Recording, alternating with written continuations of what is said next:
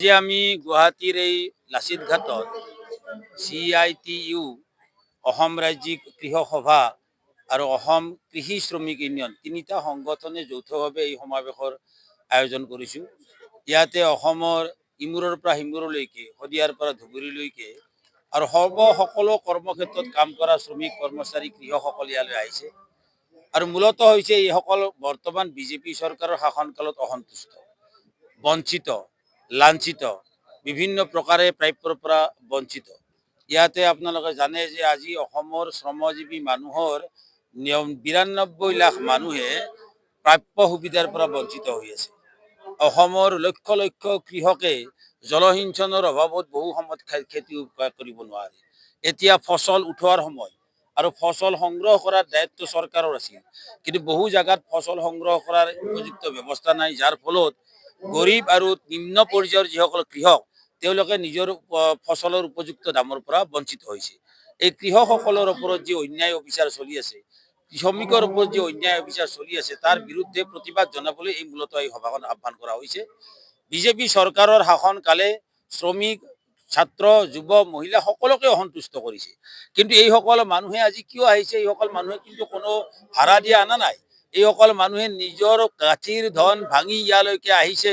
শদিয়াৰ পৰা বাছ ভাড়া কৰি আহিছে, ধুবুৰীৰ পৰা বাছ ভাড়া কৰি আহিছে, বিশ্বনাথ চাৰিআলি, শোণিতপুৰ, ধেমাজি, লখিমপুৰ, সুদূৰ গৌৰীপুৰ, একেবাৰে কোকৰাঝাৰ, বঙাইগাঁও, বৰপেটা, নলবাৰী, তামোলপুৰ, বাক্সা, মচলপুৰৰ পৰা আৰম্ভ কৰি বিভিন্ন জাগাৰ পৰা এইসকল মানুহ ইয়ালৈ আহিছে।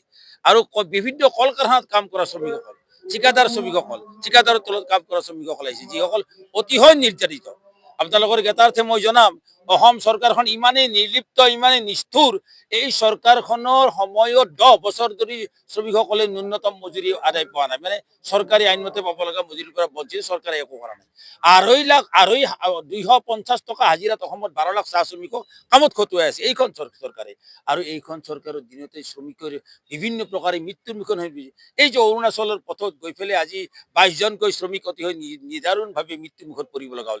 এইবিলাক এনেই দুৰ্ঘটনা নহয়, কিন্তু এইবিলাক হৈছে একেবাৰে নিৰ্লিপ্ততা, শ্ৰমিকৰ প্ৰতি দায়িত্বহীনতাৰ ফল। এইবিলাক ঠিকাদাৰবিলাকক এৰি দিয়ে, শ্ৰমিকক একেবাৰে বস্তা জাপা দি পেলাই ট্ৰাকত উঠাই লৈ গুচি যায়। কোনো তাৰ প্ৰতি কোনো দায়বদ্ধতা নাই, আইনৰ কোনো ব্যৱস্থা নাই। গতিকে এই ধৰণৰ এটা শ্ৰমিক বিৰোধী চৰকাৰখনৰ বিৰুদ্ধে, কৃষক বিৰোধী চৰকাৰখনৰ বিৰুদ্ধে যুৱকসকল আহিছে, ছাত্ৰসকল আহিছে, মহিলাসকল আহিছে, সকলোৱে আজি একগোট হৈ ইয়াৰ পৰা আমি ঐক্যবদ্ধভাৱে আহ্বান জনাম যে অসমৰ জনসাধাৰণলৈ আমি আহ্বান জনাম, এই শ্ৰমিক কৃষকক বাদ দি কিন্তু অসমৰ উন্নতি সম্ভৱ নহয়, অসমৰ বিকাশো সম্ভৱ নহয়।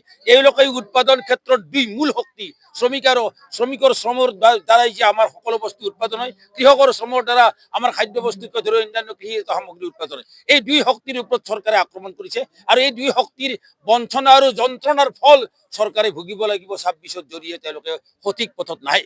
আমি দাবী কৰিছো অহা বিধানসভা নিৰ্বাচনত আমি বিজেপি এই চৰকাৰখনক শাসনৰ পৰা আঁতৰ কৰাৰ কাৰণে সকলো শ্ৰমিক কৃষকক আমি আবেদন জনাম, কিয়নো এই চৰকাৰখনৰ শাসনত থাকিলে শ্ৰমিক কৃষকৰ আজিৰ যি দুৰৱস্থা আছে, ইয়াতকৈ আৰু বেছি ভয়াৱহ দুৰৱস্থালৈ গতি কৰিব।